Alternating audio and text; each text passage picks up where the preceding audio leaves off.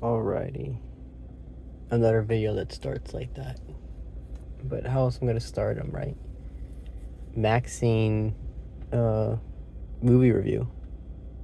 Thoughts, rating, I guess. It's okay.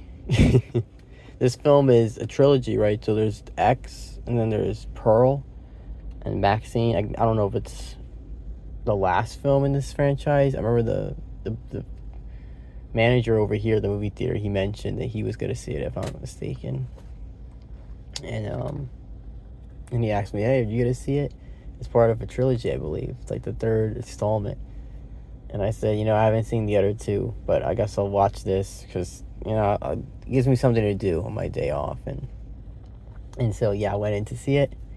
I like that it takes place in the 80s. I like the 80s aesthetic with the film. MaXXXine, the actress, she's attractive, right? I find her attractive. I like how she looks. I like that her eyebrows are like non-existent. So that's like a hallmark of her character, or like, because she's blonde. She's very blonde. Her eyebrow, I don't know if they're quite shaved or thin. And then her eyebrows are blonde too, so they just look like they're not there. And then she has this birthmark on the side of one of her face, near her eye. I'm not sure which side of her face it's on, but I like that aspect of the character. It makes me wonder if maybe the actress has that particular birthmark themselves, and the freckles. It's she auditions for a film, and we find out that film is called Puritan 2. And the first Puritan movie, it's like very controversial. This takes place during a time where I think there was like satanic panic going on. And because they even like Richard Ramirez, I think it's Richard Ramirez. I think that's the Night Stalker's name, I think. But the movie, it's set during the 1985s. It's set in 1985 amidst the Night Stalker. It's like a real thing that happened. And then I think this satanic panic epidemic, I think that also happened around this time.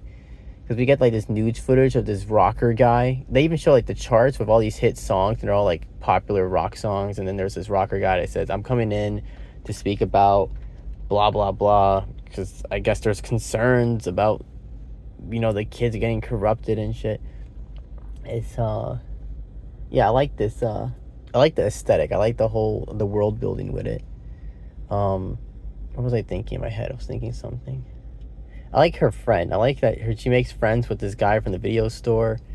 And I like that they're a guy and girl friend duo. And they are actually just friends. There's no, like, it's actual friend. There's no romantic undertones. Now, I wondered if maybe the friend was gay. I'm not quite sure. He had the one earring pierced. And I think on one side, depending on what side, it was like a sign you were gay if you got it pierced on this side or that side. I forgot. I want to say it's the right side. If you got it pierced on the right, you were gay. If you got it pierced on the left, it meant you weren't. Something like that. It's and I like that when he gets killed, the gentleman rips his earring off. Because why not, right? and we don't see the earring again, right? It was like upside down cross on a, what do you call it, a hoop, right? Dangling from a hoop earring. And yeah, rips it off, and we don't see it again. But I thought that was just funny that, oh yeah, let me really rip this shit off, because why not? I just killed you, why not just take it off? And then she's got these two friends. Well, I guess they're her friend. They're like, I think coworkers is coworkers, acquaintances. I know them because I work with them, but we're not friends like that. And then one friend, because she goes into like this seedy bar place, and in that bar place they're filming porn. It's like, I think that the girl is filming, and that was the girl, the blonde girl. And then the other girl, she goes to work at this, oh my god, it was called like Something World. It's a peep show, because until she gets the movie break, she's working in like the sex industry, right? And so she goes to these peeping Tom show. I thought this was funny, actually. So when she goes to this one, it's not video. It's a glass screen. And I don't think I've ever seen it portrayed in film before. I wasn't aware this was the thing, but it makes sense, right? It's a room and there's a little booth. You go inside the booth, you pay the money, and you can see the girl perform whatever the fuck live, basically. Right, and it's this glass, and it's the glass that they can see you, but you can't see the person. So that was funny, right?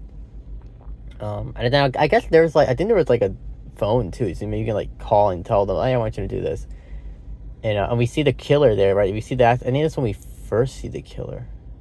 It's when that scene. They give us this one scene. It's actually really close to the beginning of the film. I think it's when after she comes out, the other girl that she's acquainted with, the one with dark hair, dark short hair, and they both say, "Hey, we're going to this party. We're going to go to this house up here." And then even the other actress in the film, she said, "Oh, I'm gonna go to this party up in the hills." And so I got invited to this hill party. So you feel like exclusive, right? You feel like, wow, I made it big in Hollywood because I'm being invited to like Hollywood house parties. This house is like near the Hollywood sign. I thought that was cool too, because they run up to the Hollywood sign. I like in that sequence in the Hollywood sign. What was his name? I've seen the actor before in some other Netflix special, so it was kind of cool. Like, hey, and I recognize that actor. And then I also recognize the private detective. I want to say Kevin Bacon is the private detective. I don't know, but he looks familiar. The actor that plays him looks familiar. I can't quite pin. It's I like how he dies, but let me finish before I get to that. So, yeah, I like the, he says, hey, I've been here at City 30 years. I've never been up here. And then his second line of dialogue is, I wanted to be an actor too. And I think for me, it was kind of a sign of symbolism when he grabs the Hollywood sign and then he lets it go and he dies shortly thereafter, right? It didn't pan out. He grabs onto it to say, like, I wanted to be an actor too, I wanted to be that big, hotshot, famous person. But, I had to let go of that dream. Wasn't going to happen. And I became a detective instead. A homicide detective, to be exact. And then he dies, right? She says, put pressure on the wound. I'm going to go after the guy. There's one of the, I didn't see where one of the cult members ran up with her dad to the Hollywood sign, but apparently one did, because when Maxine's going, Maxine Miller, then she goes Maxine, but her star name is Maxine Minks. I like that. Maxine Minks. I like her star name, but yeah, there's a dead cult member that one of them killed, so I thought that was kind of cool. Like, I didn't notice they actually killed the two detectives. They're like good aim. I guess they're like stormtroopers, these cult members, and then they're like killing them left and right like nothing. They're like behind this little ledge, concrete thing, and they're going over, and they're just blasting these people away like nothing. And then one of the guys, even when one of the cult members, they're like on a balcony, they get shot and they fall over, they do the Wilhelm scream. I thought that was a nice little ode to like Hollywood classic, right? Soundbite, I guess you can call it. Another thing I liked, so he dies, and then Pearl continues on, or Maxine continues on walking, and then we see the girl, she pops out of nowhere, like classic horror movie jump scare. But it's kind of comedic too. And she's got like a cross in her fucking eyeball. I got him. And and then she tumbles down the mountain. And so like presumably maybe she died. I don't fucking know. But she tumbles down the mountain. The other guy, we know he fucking died. I like how it was like so impersonal, right? She just continues walking. I mean, she didn't know these detectives anyway. And so, I don't know, I kind of like that dynamic of, well, we come in here, we come in blazing, shooting up the whole fucking place. Maxine was tied up, and who knows what the fuck, he was going to brand her, that was what he's going to do. I don't know if he's going to kill her, because that's his daughter, and he's like, oh, I did all this for you. So presumably, he wasn't going to kill his daughter, I don't think so. I don't know, I didn't see the other two films, so I guess if you see the other two films, then you will know, because it's like a callback, and there's even like scenes where Maxine's dreaming and shit, and she's like imagining or seeing things. I'm guessing that's from the other two films. I have no idea what Pearl's really about, besides the fact that she like really wants to be famous and she'll do anything to get it. I think like desperation, I guess, is the theme in that film. And then the X one, I think they're filming a porn set, and I think it does take place in Texas. I always get the vibe of Texas Chainsaw Massacre, like rural Texas. Is my guess. It's where they're like filming in a barn or something. I don't fucking know. I've never seen the other two. They didn't interest me enough to bother to see them. A24 films at the moment, they're not quite interesting me. They're not quite gripping me as they did before. Like this, like it's just okay. Like I'm getting a lot of just, it's just okay. film vibes for okay film, and that's what I got with this one. But yeah, and then she kills her dad, and we get this nice close-up shot of his head getting blown off. Because of course she kills her dad.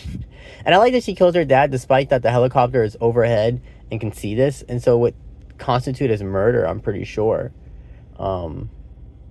Right? Like it would constitute as being like I murdered him. I murdered that. But in the previous two films, I guess she murdered people too.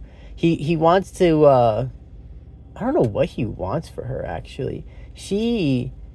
Something happened in Texas and he says, "Oh, you left your friends to die."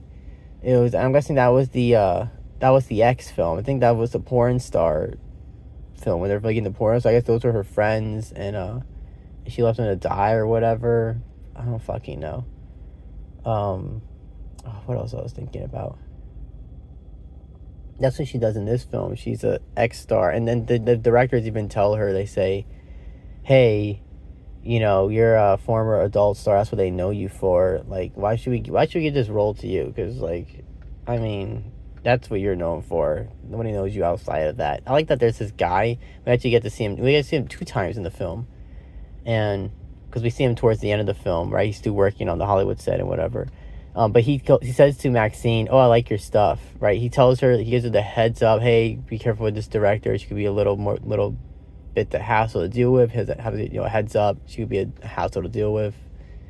She says some other things, or he says some other things to her, and then he adds this comment of, "Oh, by the way, I like your stuff." I thought that was funny. So you see my porn videos. What you're saying? You see my pornography. You see me performing sexually on camera. Okay. And then they expect the question: if you're a porn star, right? You have your fans. I mean, if that's the content you make, then they're my fans, and that's what they see from me. Okay. What else was I thinking about? It's an okay film. I like the score. That's why I looked it up on Google. Someone made a playlist. I hope the opening song, when she's walking through the club scene, it's like close to the beginning. Actually, I think they might do the montage to that music too. I don't remember. But it's just as good. It's like no lyrics. It's just the sound of the instruments. Oh, it's some good rock. It was some really good rock. And so I'm hoping that song, it's like one of the first songs in the playlist. Now that I'm going to go play the playlist. I'm starting to sweat a little. I turn this thing off because it makes that squeaking noise. I don't want that squeaking noise in the video. But yeah, MaXXXine movie review, thoughts, me talking about the film. Really, they're just thoughts, right? Because I'm not even doing a synopsis or analysis of the film. Just talking about it. I like. So the last scene I'll comment about is when she meets with Barlett, the director, right? That she made Puritan 1. Now she's making Puritan 2. She said, "This is a big thing for me because it cements my place in this genre, in this industry, in particular with this genre of film." And so she tells MaXXXine, like, "Can't anybody fuck it up. Anyone. Nobody can fuck it up for me." And she's like, I understand. Yeah, I like when they're driving through the Hollywood set. It's and she makes a comment how, it's funny it can make something fake look so real. And so I guess, and because they're driving like this fake, it's a built up town, right? It's city blocks. But they're fake city blocks. And we even got this nice scene where she's wall running. Oh, that reminds me. I think he's Kevin Bacon. I'm gonna say Kevin Bacon. I don't really know the actor. He looks like Kevin Bacon to me. I think that's what he looks like. I don't know, because he looks familiar to me. But yeah, we even get the scene where she's getting chased by the private detective guy through this fake city block place, right? It's a studio, right? Through the studio, and they're going through the buildings, and the buildings obviously they have like some props in there. They're vacant. You go inside the building, you can see that there's no wall. It's just a wood framing because they're fake buildings. I like that part, and I like how he dies. So we get this her agent, which is played by a guy that plays Gus in Breaking Bad, right? He's on the phone with someone. He's talking about, hey, I want to use your junkyard, and then she barges in. She said, hey, I got to call you back to that person. She explains the situation to him. And he says, like, I'll do anything for your career. I'll go to jail for your career. That's what an agent's for. And he even says after they kill him and she says, "Hey, get lost. We'll take care of the cleanup." And she's like, I guess thank you or whatever. I forgot what she says to him, and he's like, "That's what agents are for."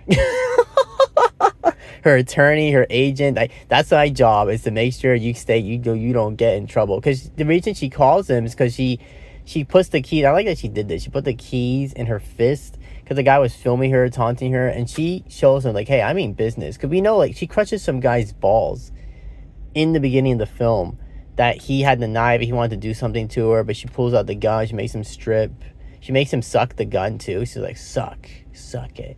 She starts sucking the gun, then he's like, get on the ground, and then she crushes his ball. We actually get to see, they show us his balls getting crushed, being brutalized. So we established early in the film that she means business, right? You don't fuck with this girl, you don't fuck with MaXXXine. And then MaXXXine shows